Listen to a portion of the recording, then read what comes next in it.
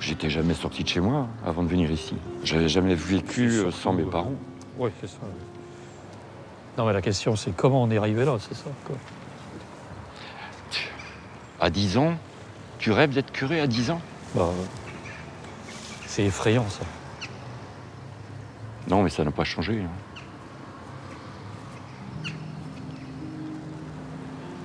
C'est toujours dans le même gris terrible, terrible, quoi. Ce jour-là, pour la première fois, j'ai parlé de ce qui m'était arrivé à Chavagne. J'étais loin de m'imaginer que d'autres petits copains vivaient la même chose que moi. J'étais persuadé que j'étais tout seul. J'ai compris ce jour-là que je contribuais à dire l'indicible et à lever le voile sur ce triste passé de la Vendée. Il faut que ça se sache ce qui s'est passé.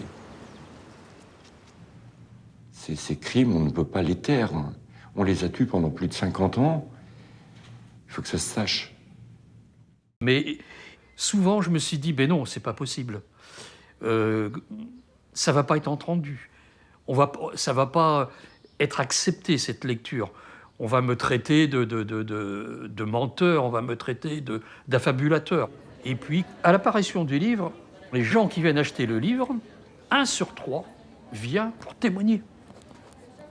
Et là, ils commencent à me dire... mais moi, il m'est arrivé la même chose. Je veux te raconter mon histoire, etc., etc. Et en tirant le fil, on voit qu'en gros, que des années 40 à 72, donc sur 32 ans, on a comme ça ces histoires additionnées de victimes de prêtres pédophiles.